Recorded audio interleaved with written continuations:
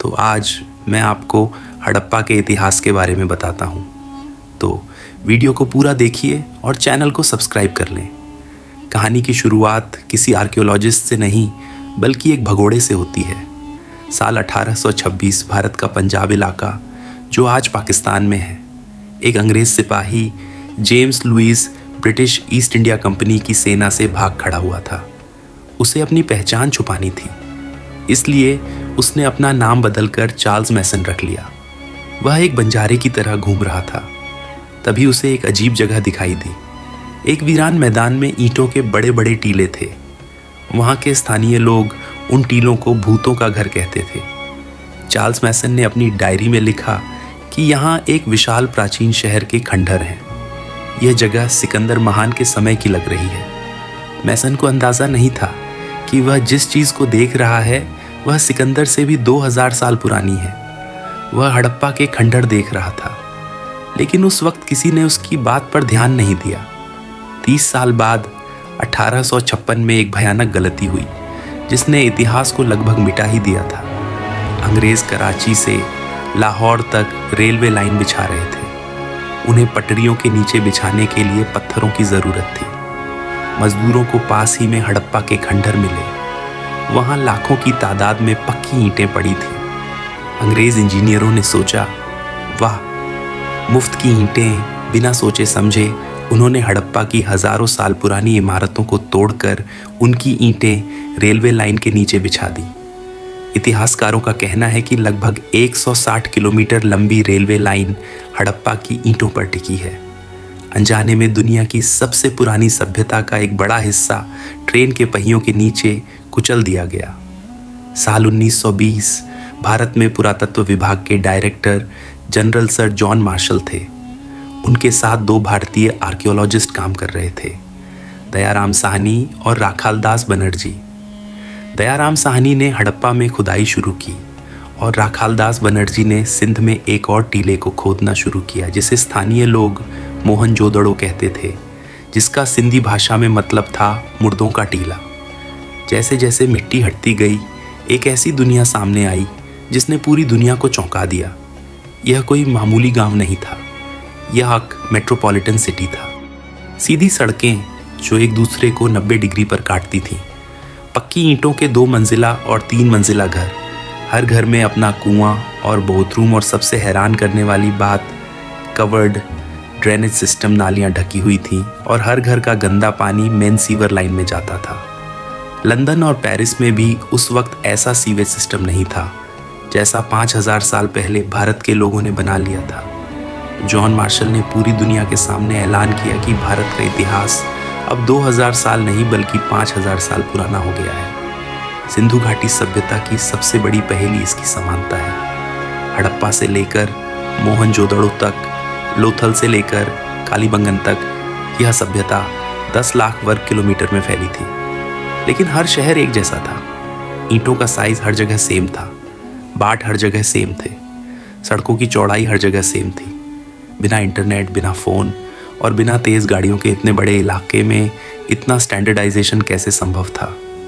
क्या कोई एक केंद्रीय सरकार थी जो सबको कंट्रोल करती थी, या यह लोग इतने अनुशासित थे कि खुद ही नियमों का पालन करते थे?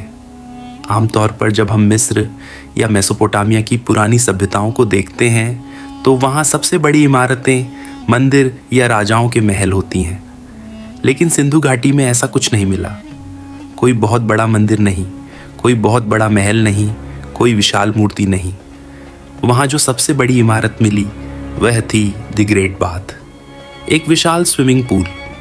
इससे पता चलता है कि यह लोग धर्म या राजा को नहीं बल्कि सफाई और आम जनता को ज़्यादा महत्व देते थे।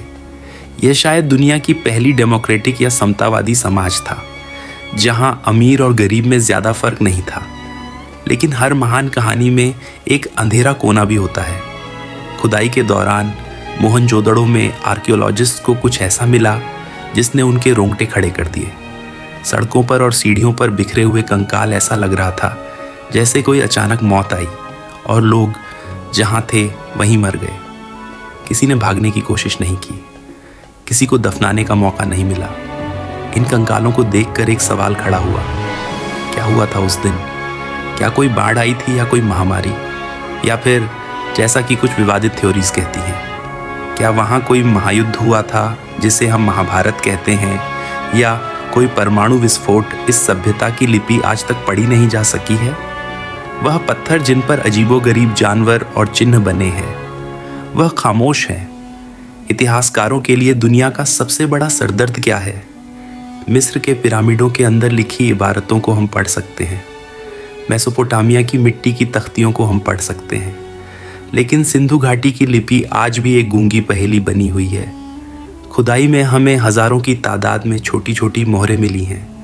यह सेल खड़ी पत्थर की बनी है। इन पर अजीबोगरीब चिन्ह बने हैं, मछली, जाड़, तीर और आदमी। कुल मिलाकर 400 से ज़्यादा चिन्ह मिले हैं। समस्या क्या है? समस्या ये है कि हमें आज तक कोई रोजेटा स्टोन नहीं मिला। सिंधु घाटी के लोगों ने अपनी भाषा का कोई अनुवाद नहीं छोड़ा।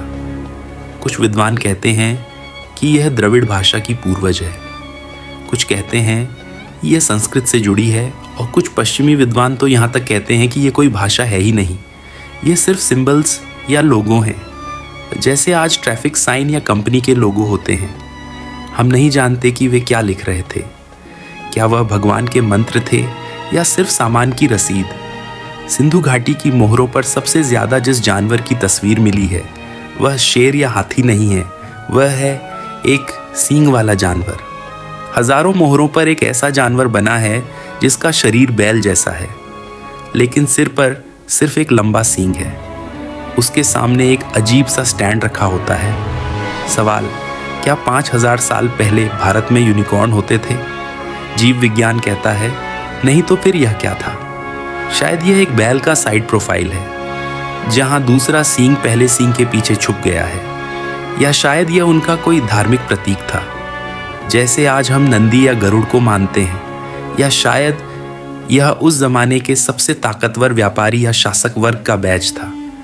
जो भी इस मोहर को दिखाता था उसे वीआईपी ट्रीटमेंट मिलता था। अब चलते हैं गुजरात के लोथल शहर में। 1954 में जब यहाँ खुदाई हुई तो एक विशाल ईंटों का तालाब मिला। पहले लगा ये कोई जलाशय है, लेकिन जब इसकी इंजीनियरिंग को समझा गया तो सबके होश उड़ गए। यह दुनिया का सबसे पुराना डॉकयार्ड था। सिंधु घाटी के लोग हाइड्रोलिक इंजीनियरिंग के उस्ताद थे।